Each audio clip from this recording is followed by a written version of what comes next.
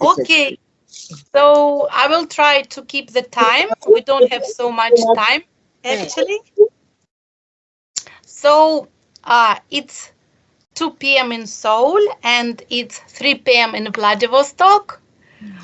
So let's start, right? Okay, dear organizers, participants, and guests, I am very pleased to welcome you at the 10th International Conference for Korean Studies in Far Eastern Federal University in Vladivostok, and I'm honored to chair our next session, which is called Issues in Korea Search for Sovereignty with a focus on the March 1st movement. My name is Жанна Балат. I've been teaching in Sogyong University in Seoul, which you can see the buildings behind me.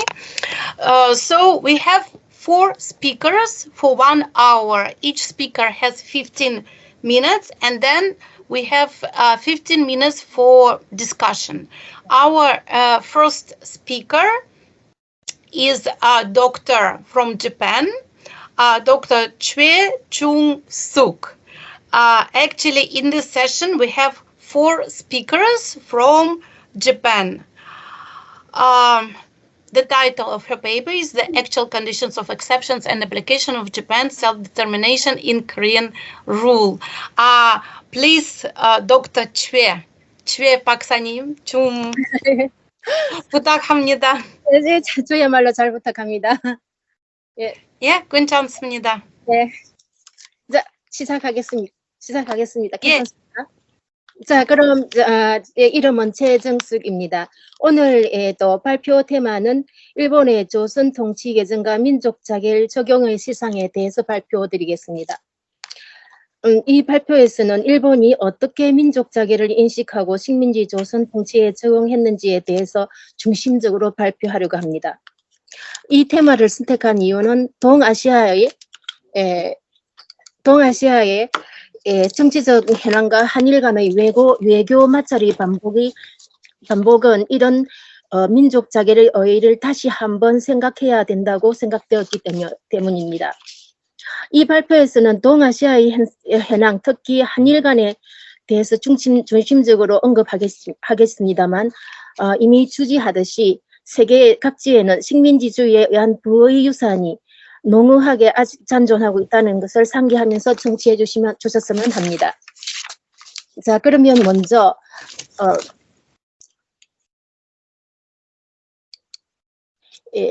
민족 자결의 원리는 언제 처음 출현했는가에 대해서 먼저 설명을 드리겠습니다.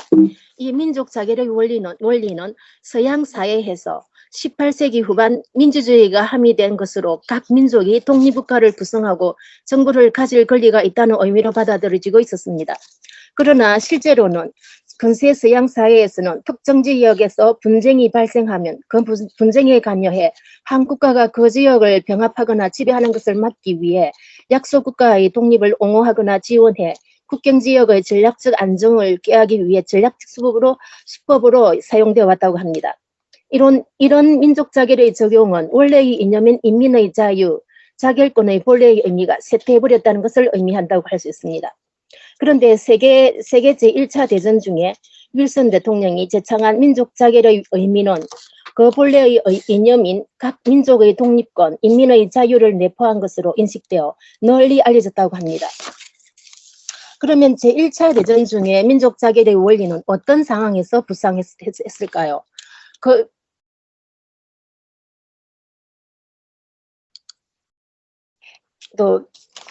배경을 조금 설명하자면 이 1차 세계대전은 독일이 오스트리아, 헝가리 제국과 협력하여 일으킨 전쟁으로 중부 유럽 연방을 설립한다는 것을 표방하고 있었지만 그 진정한 의도는 유럽에서 독일의 패권을 확립하기 위해 그 경제적 기반으로서 구성되었다고 합니다.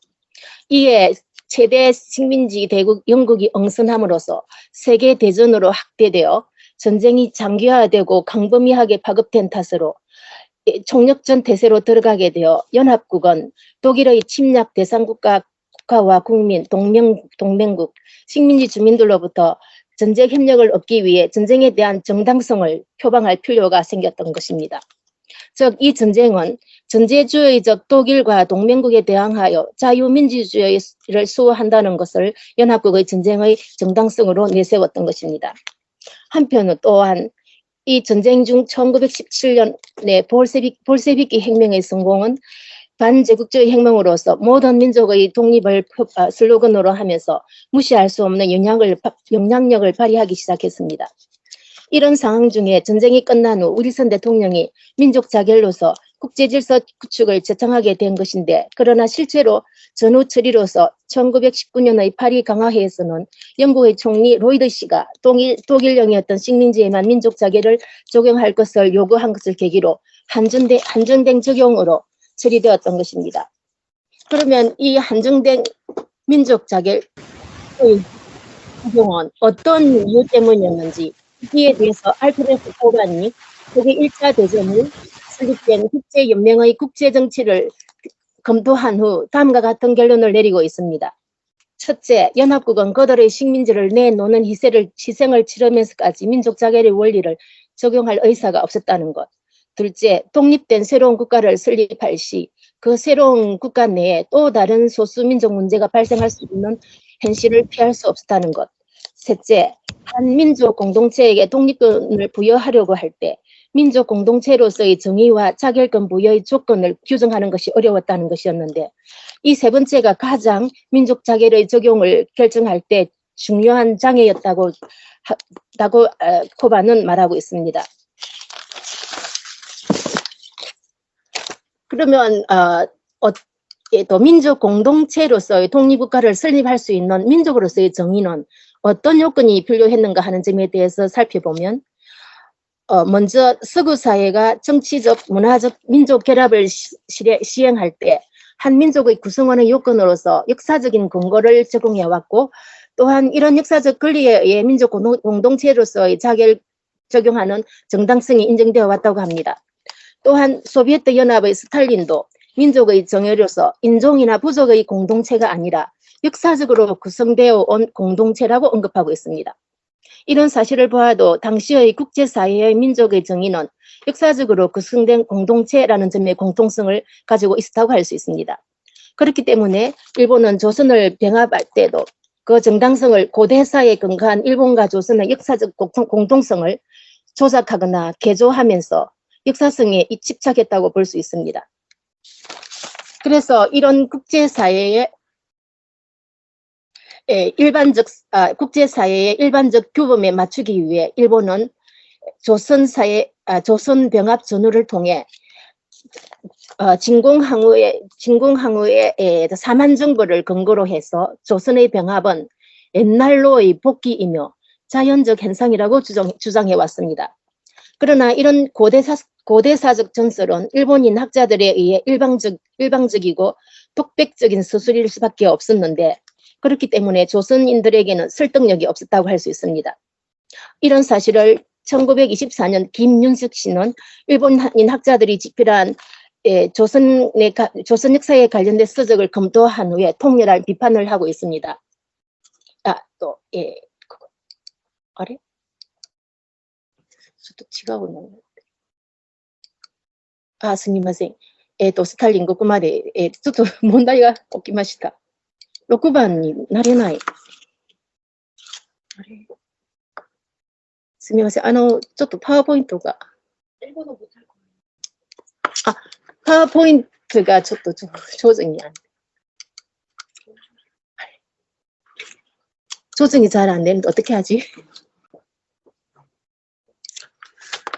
6번. 파워포인트 잘 안 들어. 6번.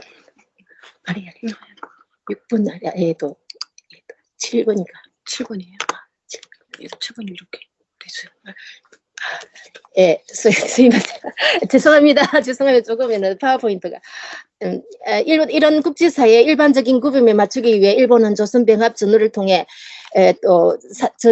진공항우의 사만정벌의 근거로서 조선 병합은 옛날로의 복귀이며 자연적 현상이라고 주장해 왔습니다. 또 그러나 이런 고대사적 전설은 일본인 학자들에 의해 일방적으로 그리고 독백적인 수수리밖에 없었는데 그렇기 때문에 조선인들에게는 설득력이 없었다고 할 수 있습니다. 네, 김윤식 씨도 1924년 김윤식 씨는 이런 조선 역사에 관련된 서적을 재검토한 후에 통일한 비판을 하고 있는데 여기 보시면 1925년 동아일보의 사설에도 조선인들이 이런 또 일본이 또 제조한 사만정벌에 대한 역사를 수용하고 있지 않다는 사실을 볼 수 있습니다. 이 신문은 압수된 동아일보로서 조선인들의 또 솔직한 심정을 또 표현한다고 할 수 있었습니다. 그래서 그럼 3.1 운동을 주도한 또 조선 민족 운동가들은 민족 자결의 원리를 어떻게 인식하고 조선 독립권의 정당으로서 주장하고 있었는지 대해서 살펴보겠습니다. 그러기 위해서 1919년 파리 강화회의에 제출한 김규식 씨의 독립청원서를 중심으로 살펴보겠습니다. 그 독립청원서에는 1번 첫 번째 조선은 단일 민족으로서 동아시아에서 고유의 문화와 역사적으로 4200여년간의 독립된 국가를 유지해왔다고 주장하면서 또한 그리고 독립국으로서의 근거로서는 미국, 영국, 러시아, 프랑스 등 제1강과 체결한 조약에서 조선의 독립의 성인 보정 등을 확약하고 있다고 주장해왔는데 즉 이런 조약은 조선이 완전한 자주국가인 것을 인정했을 뿐만 아니라 국제공법의 기초에 의해 명백하게 증명하고 있다고 주장하고 있습니다. 이러한 조선 민족운동가의 주장에 대해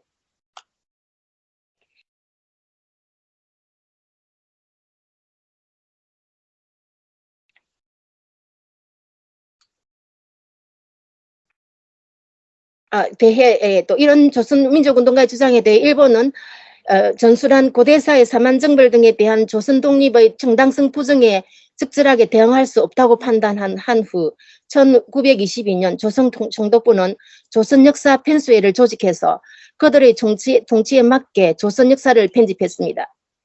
즉 그에 의하면 조선의 당군 신화를 일본의 건국 신호로 알려진 아마테라스 가게의 한 분파로 편입시키는 동시에 조선 왕조실록, 조선 고전문학 등 조선의 공문서를 바탕으로 한 조선 민족의 특성에 대한 조사 활동이 활발하게 진행되었습니다. 이런 작업을 통해 조선인의 특징, 특기, 결점과 후진성을 강조했는데 합병된 현재의 조선의 역사적 특질을 생물학적, 사회적, 문화적 설명을 가미하면서 조선인의 정체성을 공식화하려고 했습니다. 이에 의하면 즉 조선은 한 번도 독립한 적이 없는 불쌍한 고아적 존재로서였기 때문에 원정적인 보호자가 필요하다는 설로 조선인에게 독립 자립의 능력이 결여되어 있다는 것을 주지시키려는 것을 의도했다고 할 수 있습니다. 이런 일본인 저술가에 의한 조선인의 정체성의 공식화는 당시의 사회 진화론을 매개체로 해 일본인뿐만 아니라 조선인, 특히 조선 지식인들에게도 적지 않은 영향을 미쳐 조선인의 열등성이라는 정식화된 조선인상이 수용되어 갔다고 할 수 있습니다. 이런 조선인의 후진성, 절등성의 정체성의 수용은 1924년 이강수의 민족 개조론에서도 명확하게 그 한예를 볼 수 있고 또 이런 또 지식인들 이강수뿐만 아니라 많은 지식인들이 친일파로서 또 등장하게 되는 문제로 파급하게 되는 것도 이 계기였다고 할 수 있습니다. 그리고 1919년에 민족 자결의 적용 대상에서 조선이 제외된 것을 계기로 민족운동의 사상적 분열이 심화되어 또 거기다 볼세비키의 공산주의가 소수민족의 독립 지원을 전개함으로써 조선 사회에 사회주의적 사상이 침투되어 갔습니다. 이런 민족 공동체의 분열은 사상적 분열은 결국 남북 분단의 발단인이 되었을 뿐만 아니라 해방 후 제주도 4.3 사건 등 이런 또 문제도 이러한 국제 정치적 흐름과 같은 맥락을 하고 있다고 볼 수 있습니다. Professor Cho, we have 15 minutes past. Please. 이상으로 민족 국가의 민족 문제는 이상으로 결론으로서 민족국가의 민족 문제는 소수민족의 인권 문제와 더불어 전 세계의 문제가 아니라 현재에도 여전히 고려돼야 할 과제라는 문제 제기로서 끝내겠습니다. 이상입니다. 청취해 주셔서 감사합니다. Thank you very much for interesting presentation and for keeping your time. So Dr. Chue presented on justification of annexation of Japan's Korea's annexation. We have now almost more than 40 participants, and our participants are encouraged to ask questions in the chat. There is chat button. You can write your questions to presenters, and in the end, we will have 15 minutes for discussion. Our next presenter is Professor Mark Caprio from Ryukyo University with presentation, Japanese reaction to the Korean independence movement in March 1919. Thank you for all the help behind us. Okay, the way maybe we should tell people that the first and the last presentation are in Korean and the two middle ones are in English. Okay, so I will talk in English about Japanese reactions to the Korean independence movement in March 1919. Let me see. Okay, the biggest people, I think we all know that March 1st was the biggest anti-Korean demonstration against the Japanese in 1919. But this was a part of a global reaction to anti-colonial climate that was set by first Vladimir Lenin's anti-colonial pronouncements, like his 1917 book called Imperialism, the Highest Stage of Capitalism, Woodrow Wilson's 14 Points in 1918, which declares self-determination for all peoples, sort of a very idealistic pronouncement that they didn't back up. And this triggered protests by a number of colonized peoples. There's an interesting book on the Egyptian case where the women left the harem and demonstrated for their independence from the British. In India had another demonstration where many people died. And so the Korean one was one of the earlier ones, but not the only one by any means. The harsh global reaction, the global reaction to Japanese violence and putting down the demonstration went around the globe. It was mentioned in Britain, in the United States. And so the Japanese felt they had to change this.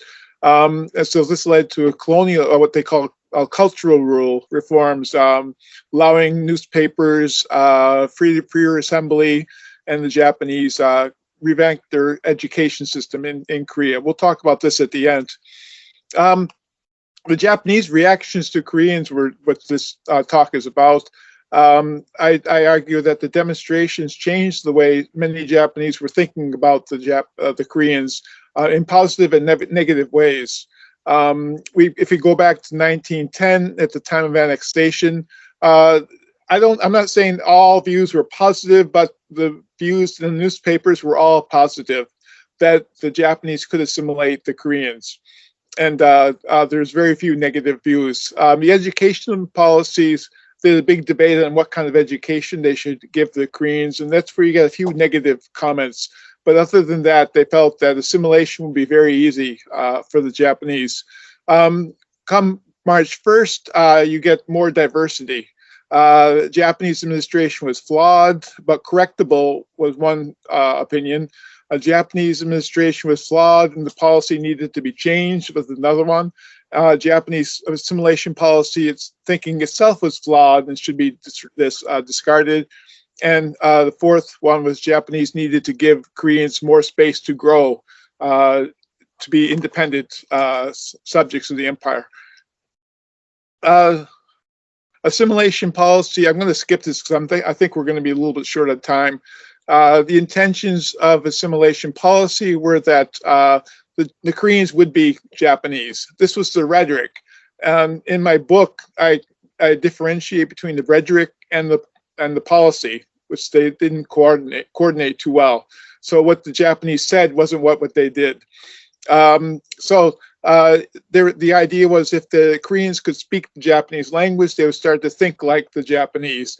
This wasn't the case. Estimates of a 50 to 100-year process. So right off the bat, the Japanese were thrown off the Korean Peninsula after 35 years. So I wonder to what extent can you evaluate this policy. But if you were thinking of assimilation in its purest form, classmates, there would be classmates with the Japanese, intermarriage at home, colleagues at work, and then the Japanese base would be more positive than the Korean-based Japanese. The rhetoric, again, stressed amalgamation. The policy promoted segregation throughout the 40 years, 35 years. And we see the clearest division at the March 1st, time of March 1st. So this is one example of the 1910 supporter of assimilation. And I won't read it, I'll let you read it, but basically the Europeans had failed at this, but the Japanese could succeed because the Koreans and the Japanese were closer, racially closer than some of the European examples. You see many examples like this, and particularly this last line that England and Scotland would be a good example to follow, rather than the estranged relationship between the English and the Irish, thing, which is a really superficial statement. The education debate, basically, people debating this said that the Japanese should try to form a universal subject rather than a Japanese, clone the Japanese subject. But the whole system was very different. Koreans only had to go to school for 3 years versus 6 years. It wasn't compulsory, things like that. And this is where I drew the line, saying that if you wanted to assimilate people, you'd have the same system if you want them to become Japanese, and this wasn't the case. So after 1919, we see opinions differ. One opinion was by Prime Minister Hara Takashi, a very strong supporter of assimilation from the late 1800s. He wrote that if you want assimilation to succeed in Korea, first you have to, the Japanese have to want it to succeed. More integration in the neighborhoods, schools, and homes. And his line I like is, you cannot expect the Koreans to assimilate if people treat them as fools. And so he's really critical of the Japanese policies, how they were implementing it, and saying if they really tried to assimilate, then the Koreans would assimilate as Japanese. So improve the policy, approve the policy. Another one, Hosoi Hajime, was a reporter in Korea, and he wrote a long article in the sort of a conservative journal called Nihon Oyobi Nihonjin, and he had argued that he had supported assimilation in 1910, but when he saw the Koreans marching in against Japanese rule, he changed his mind. He's saying that the Japanese were too naive to expect the Koreans to assimilate unless they really tried to make the policy work. And so he said, if you enforce it, radical assimilation would either drive Koreans to suffocate or from Japanese oppression, or to a desperate resistance against Japanese rule. And so the Japanese thinking a bit too naive. He's saying true assimilation would be like changing the name of Korea to, he used Seihokudo, or something resembling Hokkaido, I guess. And then you'd make it the prefectural system on the peninsula as well, and you'd admit Koreans into the Diet, things like this. And he was saying that the Japanese weren't prepared to do this, so they should quit assimilation altogether. Akagi Kamikichi was one who wrote also for Nihon Oyobi Nihonjin in 1920. His thoughts suggest he was never for assimilation. He was just quiet about it from the beginning, but he was saying that they should quit this policy altogether. Assimilation would mean Korea being made into a second Kyushu. Koreans, but rather Koreans and Japanese must remain segregated. I'll read this because I like his quote here. I don't agree with it, but I like it. Korea must be ruled as Korea. Whether the Koreans are happy or not, they must be governed as a colony. Discrimination between Koreans must end, but discrimination between Japan and Korea must remain. The thousands of years that separated the two peoples cannot be done away with overnight. Koreans must receive happiness as Koreans. Japanizing them will not bring them happiness. And assimilation he likened to changing a wild boar to a pig, a wolf to a dog, and a lady to a man. So it wasn't going to work. So better to have a two-tiered system. Then you get some liberal views from different Korean, Japanese. Yoshino Sakuzo and Yanagihara Tada were both university professors. Yanagihara was the had the colonial seat in Tokyo University. He was later purged from the university because his thoughts were too liberal. He replaced Nitobe Inazo at that position. And they both argued for more positive policy towards Korea. They didn't like assimilation, I think, but they thought Koreans should have more autonomy in their lives. Yoshino said that Japanese are mistaken in treating Korean like a defeated nation. Koreans who object to the Japanese administration were considered evil, and this was a big mistake by the Japanese. Yanagihara wrote that that the Japanese should try to cultivate within the Koreans a spirit of independence rather than the culture of fear. So they're really looking for more liberal policies that not necessarily mean assimilation, but having them grow as a people. I think this is my last slide. We turn back to the intention behind the 1919 reforms, and I consider this to be a contradiction in Japan's purpose. Many people did. They allowed more Korean in the colony, which sort of goes against would delay assimilation. People were saying this was. I argued that they are more targeted towards appeasing a critical international community, both in Korea and abroad, rather than helping the Korean people. They sounded very nice. You could really rephrase them to meet the American Constitution, actually. Freedom of this, freedom of that, and everybody's free, but nobody's free. Allowed the Korean people a voice in the 3 newspapers, but this sort of made them more visual to the Japanese and more predictable. In fact, the assistant governor general wrote that having them giving them a newspaper would be like giving them a chimney where they could express their anger, and the Japanese could read this anger and react to it. Very telling statement. But if you look at the reforms as a whole, it made the Japanese more less visible, and the Koreans more visible and easier to control, rather than giving them some of the freedoms that they expressed in the reforms as a whole. Maybe a little bit, well, not too bad, but that's my presentation. Thank you. Okay, that's all I have for you. Thank you very much, Professor Caprio, for your insight on assimilation policies of Japan. And our next presenter is Dr. P. Aran Eli with presentation Public Discussion Surrounding the Issue of Chinilpa Criteria. And hi. Would it be better if I make it into a full screen? Yes, of course. Okay, let me give it a try. And there you go. Can everyone see okay? Yes, and Okay, please push F5, then we can see the full screen. Okay. Please.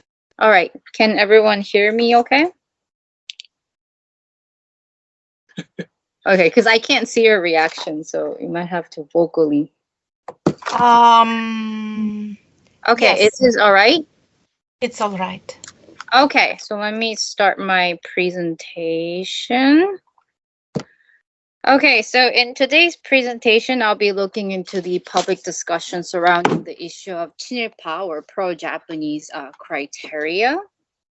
So obviously, this is part of a much larger project, but hopefully, my presentation is interesting enough for everybody to stay awake. And today, I'll be focusing on these three main texts. The first is the Special Law on the Pro-Japanese Collaborators, National Traders, and Profiteers of 1947. And the second is the National Trader Law of 1948. And the last is the Pro-Japanese Biographical Dictionary of 2009. So now I would like to introduce a little bit about the Interim Legislative Assembly. So Korea's Interim Legislative Assembly, after the liberation, played a major role in the 친일파 or pro-Japanese discourse, as it was one of the first official institutions of elected officials that attempted to resolve the issue of collaboration through judicial measures. The Interim Legislative Assembly was established on October 1946 under the guidance of the United States Army military government in Korea. So from October 21st to 31st, 45 members were elected through an indirect election, and the US government selected another 45 members. After much discussion, the Assembly introduced the first draft of 부일협력자, 민족반역자, 간상배에 대한 특별조례, the Special Law on Pro-Japanese Collaborators, National Traders, and Profiteers on March 13, 1947.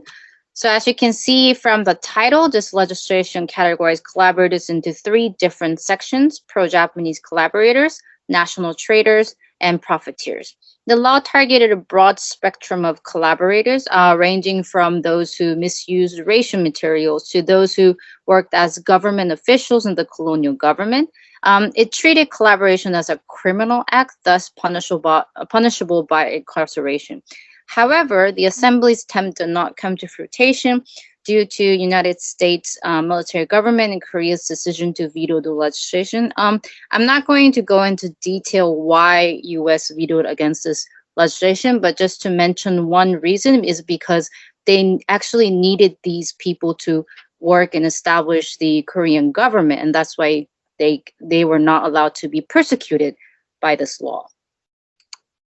The tide turned when South Korea established the Constituent Assembly on May 31st, 1948.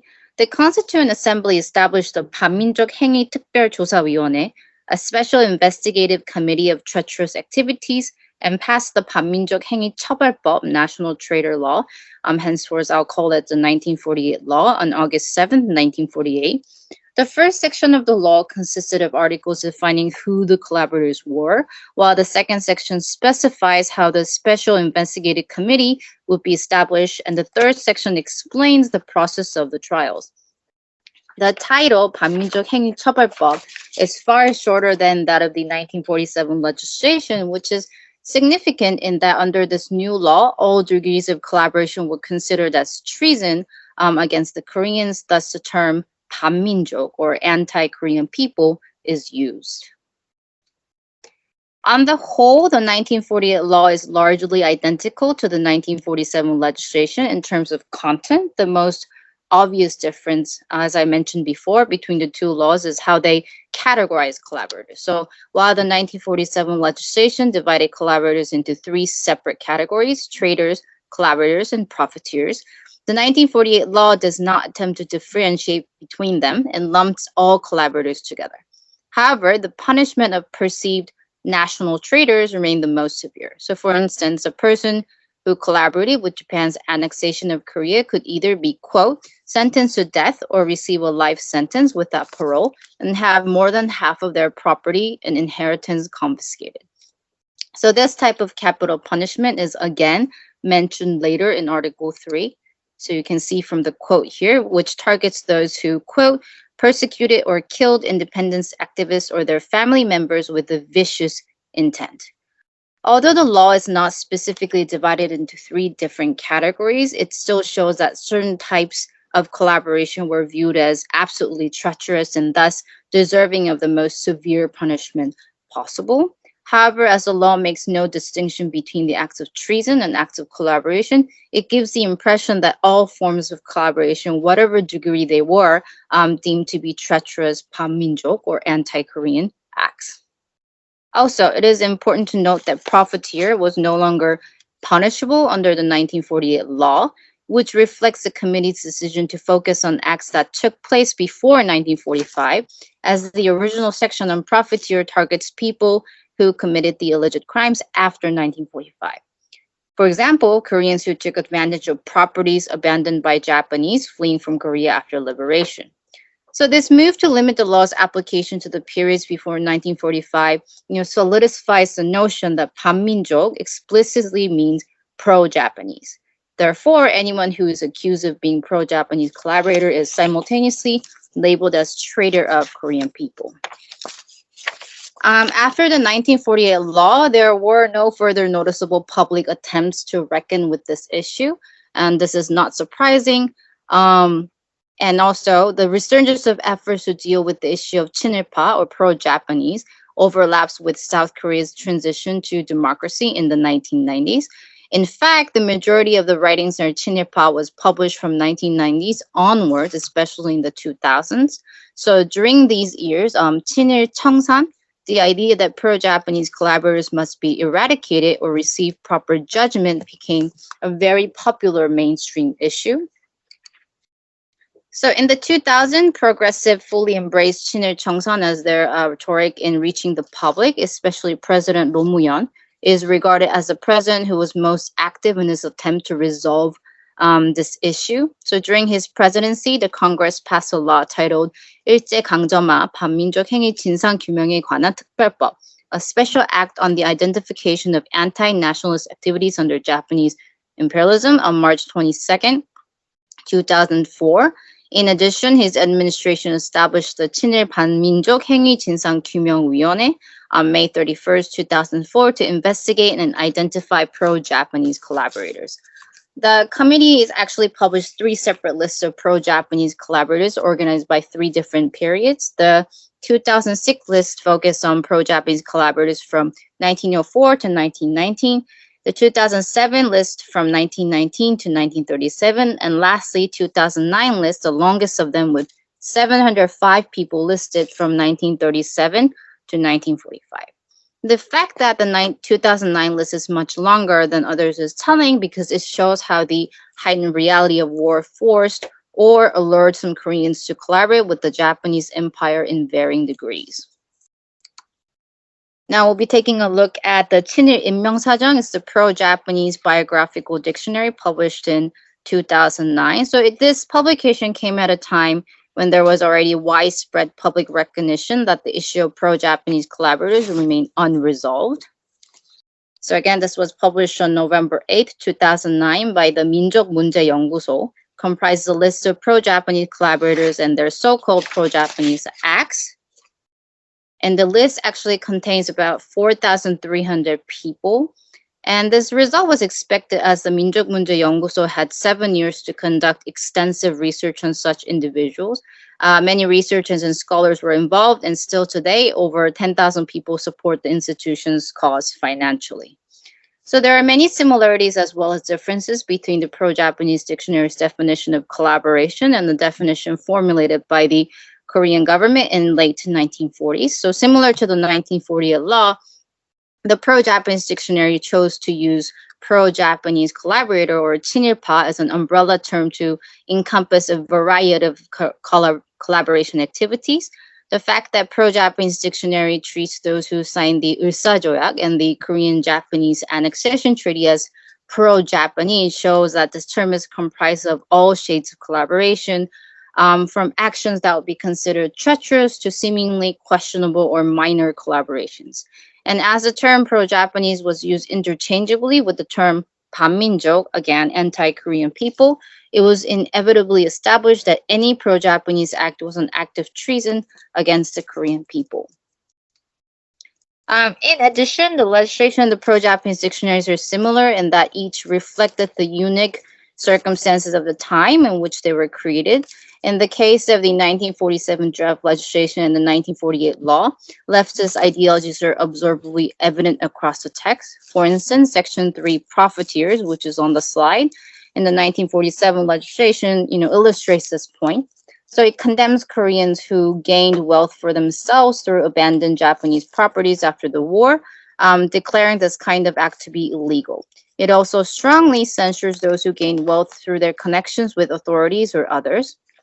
So here the focus is not on whether one held 친일 or intimate relationship with the Japanese authority, but whether one actually profited economically through personal connections. So this distinction reflects the left's belief in social equality, whereby all people should have equal access to certain social goods and services.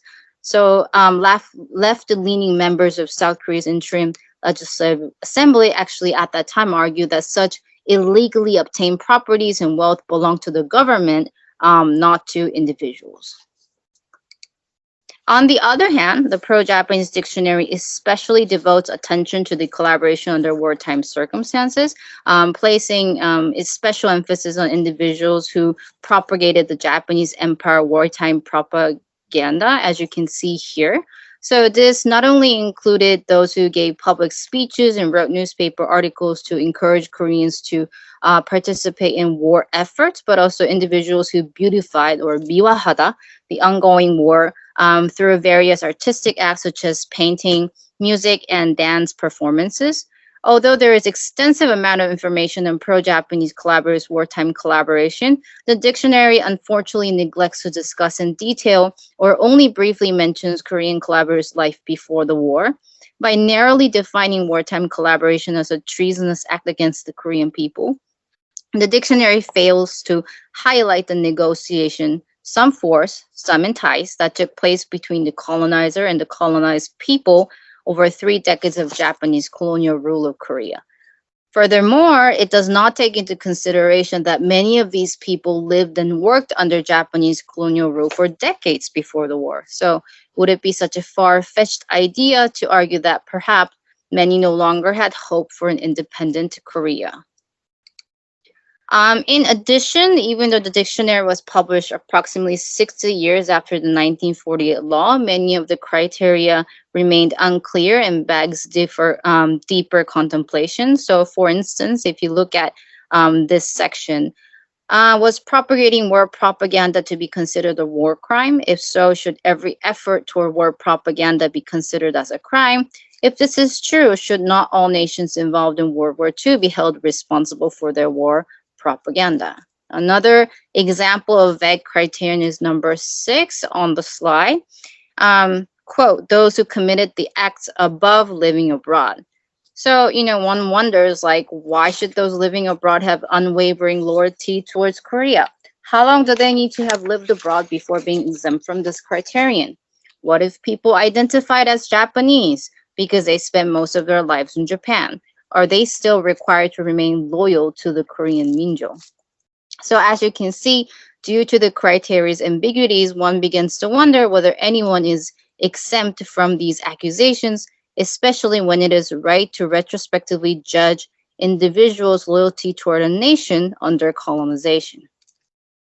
Okay, so today, starting with the legislation and ending with 친일 인명사전, this presentation briefly examined what has changed and what has remained of the criteria. Hopefully, further re-examination of the criteria from various periods would prompt a difficult and necessity investigation into fully grasping and understanding the gray areas of Korean collaboration under colonial rule. And that would be end of my presentation.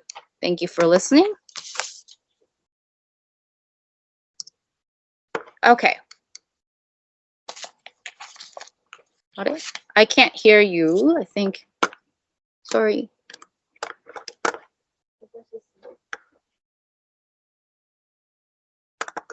I'm sorry, I can't hear you. Thank you very much. So our participants started to write questions in the chat, and Dr. Pei, our participants wrote questions to you in the chat. Okay. So if you check the chat, you will see the questions and you can answer in our discussion time. Okay. Thank you very much. And our next presenter is graduate student, Dr. Hyung So Hee from Rikyo University. Were they all your Yes. questions or were there other people's questions? There's only one, that's mine. Oh, okay. It looks like this one. 先生、PPT 私のやつあります？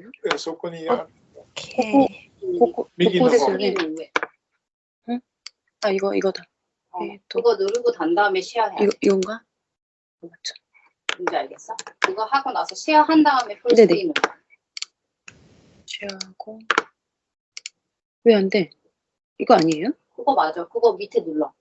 안 그걸 되는데? 누르고 아니, 이건가? 윈도우. 맞다, 이거다. 윈도우하고 윈도우하고, Okay. 한 다음에 이거 하고, 쉐어, 스크린을 풀스크린 눌러. 풀스크린. 오케이. 풀스크린이 F5. F5. F5. F5. 키보드에 F5. F5. 키보드 F5. F5. F5. 오케이. 네네. 네네. So, 오케이. 괜찮아? F5. Yes, please. We can see very well. My name is So Hee-hyun, and I am a graduate scholar at Rikyo University. So I will present it in Korean. So today I am here to talk about 제주 연사 uprising. So 제가 이번 발표할 주제는 제주 4.3의 이해 과제이며 제주 4.3의 기억이 제일 한국인 사회라는 특정 지역에서 어떻게 기억되고 있는지에 대해 제주도 4.3 사건을 생각하는 모임의 일원으로서 직접 참석을 통해 얻은 정보를 중심으로 발표하는 것을 목적으로 하며 제일 제주인이 제주 4.3을 알리기 위해 일본 사회에서 어떠한 노력을 하고 있는지 또한 제일 제주인들의 시각으로 본 제주 4.3 특별법의 문제점에 대해서 발표하고자 합니다. 제주 4.3이란 1947년 3월 1일 경찰의 발포 사건을 기점으로 육지에서 내려온 경찰과 서북 청년호의 탄압에 대한 저항이 있었습니다. 이것을 3.1 기념대회 발포 사건이라고 하는데요. 이후 1948년 4월 3일 남한의 단독 선거에 반대를 기치로 한 남노당 제주도당 무장대의 저항과 이를 저지하기 위해 정부의 토벌대, 경찰, 서북 청년회 등에 의한 진압 과정에서 약 14,533명의 희생자를 낸 사건을 말합니다. 제주 4.3의 이해를 돕기 위해 제주 4.3 이전의 제주도를 생각해 보고자 하는데요.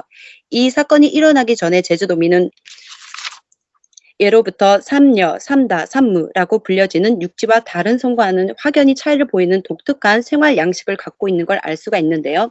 이는 너그러운 제주도민의 모습을 뜻하며 자주성이 강하고 간섭과 부정이득을 싫어하는 제주도민의 형질을 뜻하며 대부분 직계 혈통으로 구성된 마을을 이루고 살았던 것을 보아 외부인에 대한 저항이 강했을 것이라고 추측되어집니다. 일제강점 이전에는 제주도는 정치범들의 망명 장소로 사용되었던 유배지로서 조선 반도에서는 타부시해왔던 고립된 섬이었습니다. 또한 일제시대의 제주도는 일본 제국주의 팽창으로 강제 노동과 군사 기지로 쓰였던 대표적인 장소였습니다.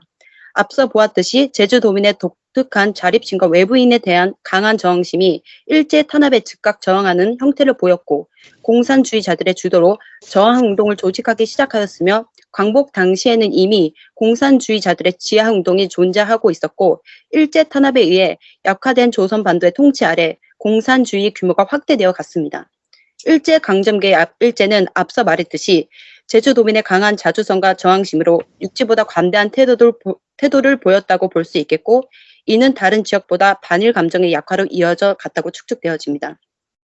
또한 제주도를 수세기 동안 정치범들의 유배지로 이용해온 점에서 제주도민들에게 점차 분리주의 의식을 증대시켰다고 볼 수 있겠는데요.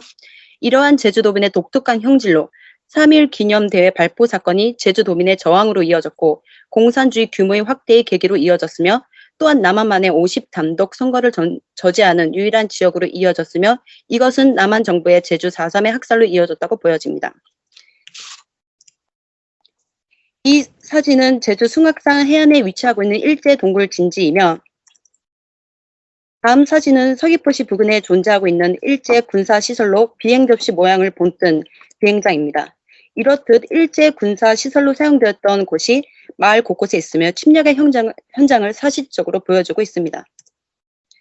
2000년 4.3 특별법이 제정되고 희생자 및 유족에게 국가의 생활지원금을 지원할 수 있는 법적 근거를 마련하였고 2003년에는 제주 4.3 사건 진상조사 보고서가 확정되어 동년 10월 31일에는 과거 국가의 공권력의 잘못에 대한 노무현 정부의 공식 사과를 받아내는 등 제주 4.3의 큰 장상은 상당 부분 드러났지만 제주 4.3의 참화로부터 일본으로 피시한 제일 제주인의 제주 4.3 이후의 기억에 대해서는 아직 이해가 미비하다고 보여지는데요.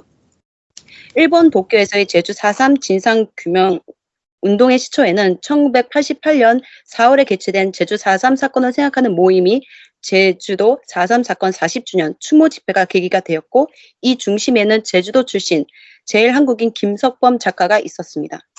김석범 작가는 강수, 박서방, 까마귀의 죽음, 화산도 등의 소설을 집필했으며 이런 활동을 통해 일본 사회에서 제주 4.3의 진상을 알렸습니다.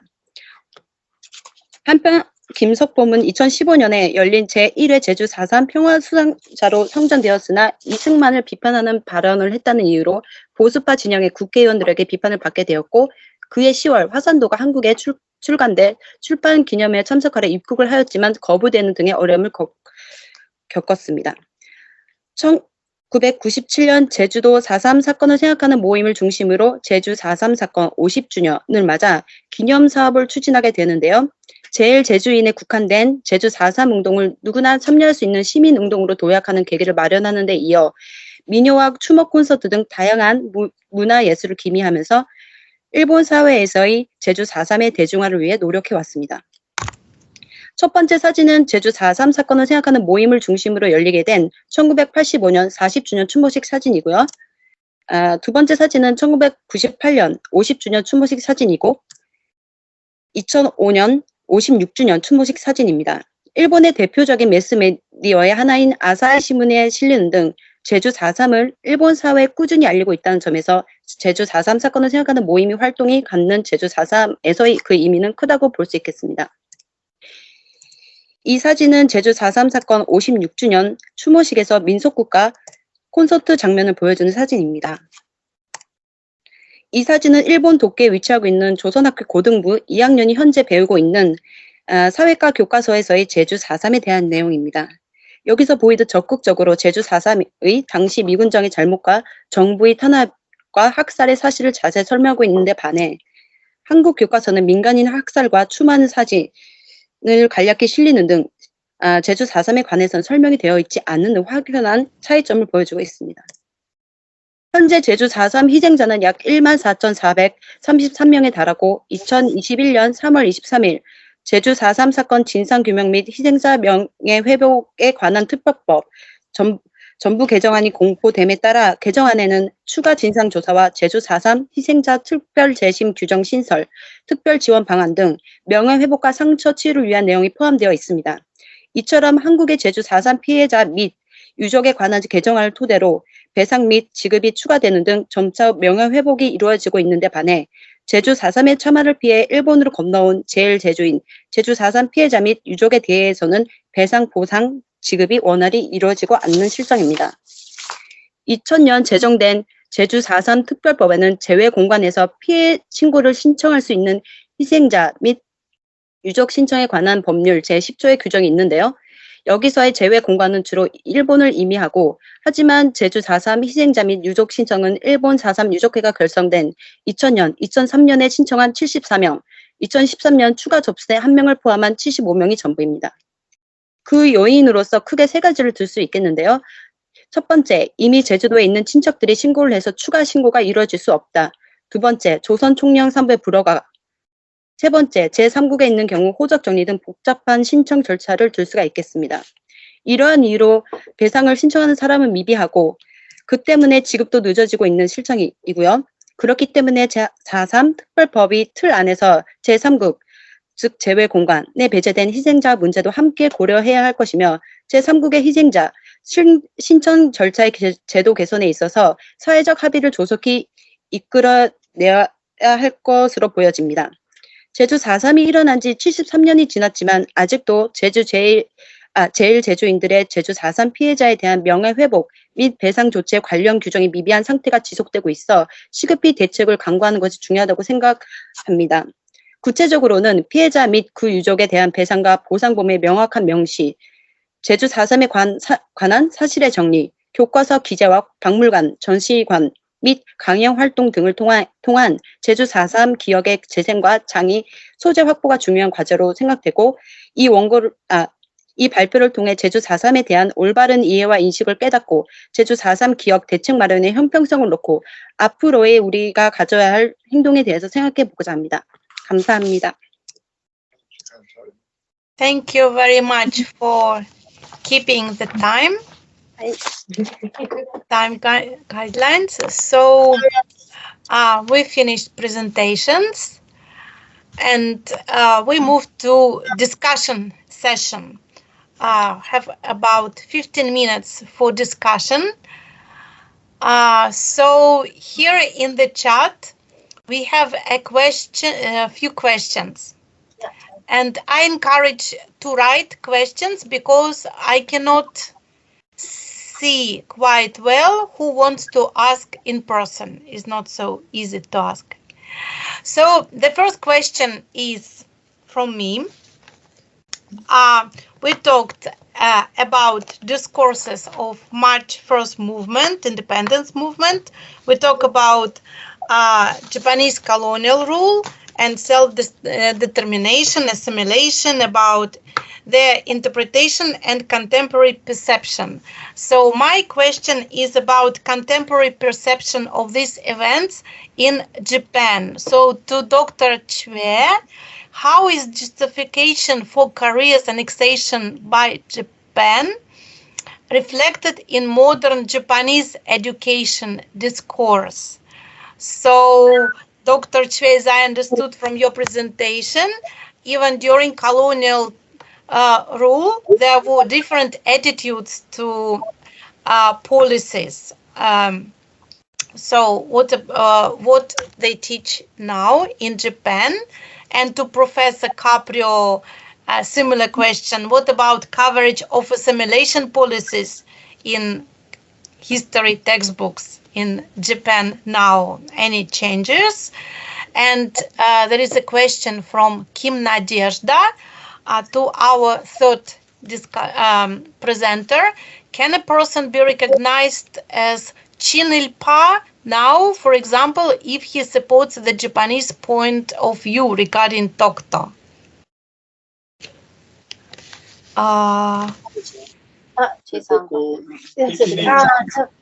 또 일본에서는 한국말로 괜찮겠습니까? 한국말로. Most here students, they are majoring in Korean. I guess it's okay. 네, 여기 학생 대부분, 전문가 대부분 한국학 전문가이니까 한국말로 괜찮다고 생각합니다. 네, 잘 알겠습니다. 저 질문을 한 번 더 확인해 보고 싶은데요. 일본에서는 어떻게 이 민족 자결에 대해서 교육되고 있는가? 그게 질문이었는가? 맞습니까? 예, 맞아요. 민족 자결에 대한 그런 평화회에 대한 그런 또 교과서라든지 그래 직접 제가 본 적은 별로 없는데요. 역사 교육에서 많이 이렇게 취급되지 않고 있습니다. 근데 일본에서의 교육에 이제 민족 자결에 의한 민족이라는 그 단어 자체도 일본은 이 현재에서 민족 자체라는 그에 대해서 왜도 좀 회피하는 그런 분위기가 있습니다. 교육계에서도. 왜냐하면 일본이 또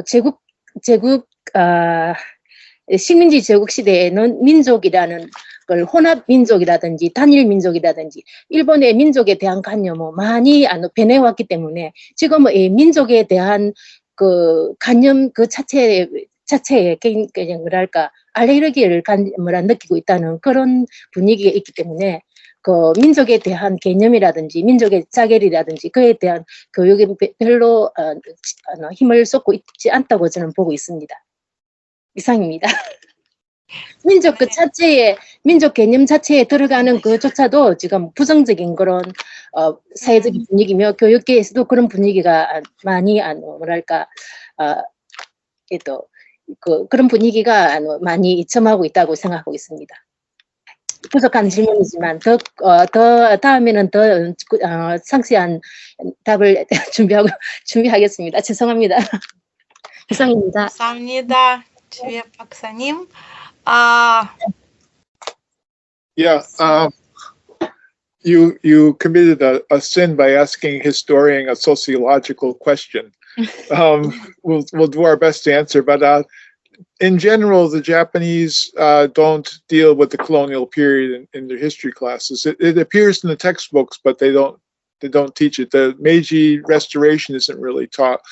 There is a movement in Japan and Korea as well, for people to teach the correct history. This is an organization of elderly people, and they appear at conferences to make sure that wrong Japanese history isn't taught. And they say that this, I was confronted in Israel by them.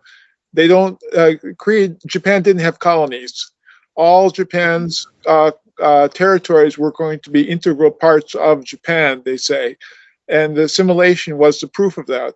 In other words, if Japan had more time, Korea would have been a prefecture of Japan, they say. This doesn't go with the history that I studied of Japan.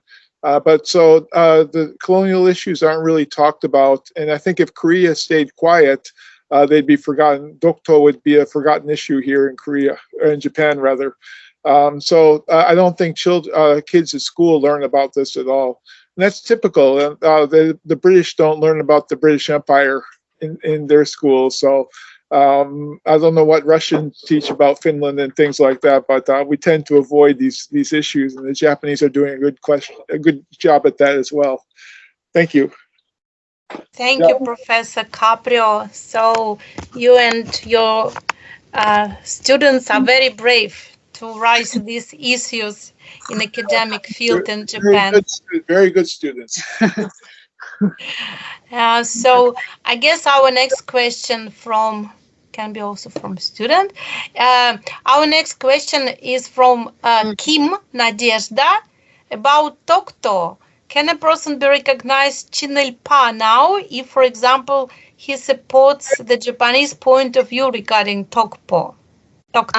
Yeah, thank you for an interesting question and touching on a touchy subject. But I think it's first important to actually go back to the idea of defining pro-Japanese collaboration, right? So what I do in my project is I actually redefine pro-Japanese collaborators. I suggest that pro-Japanese collaborators should not be used, and the term collaborator should be used, and it's strictly narrowly defined as people who collaborated intentionally or unintentionally, and their acts resulted in the colonial rule to continue. So that's my definition given. So I would personally not use the term collaborator in the instance of supporting the view of Dokto. But if the person, for example, defines Chinil as somebody who supports Japanese ideals, I think, yes, the term can be used. But yeah, I would just not recommend it because I feel like the term is such a loaded term that it could be interpreted in so many different ways. So I think it's actually important to talk about how to define Chinilpa and to what extent is Chinil. I don't know if that answers the question. Thank you. I think this is a good answer. Chinilpa, so I don't know how to. Yeah, he always calls me Chinilpa, but yeah. I only have Chinilpa here. So maybe we have more questions from audience. It's not easy for me also to see who wants. I think if you want to ask the question, just make on your mic and you can ask. We have quite large audience, but I think most of students.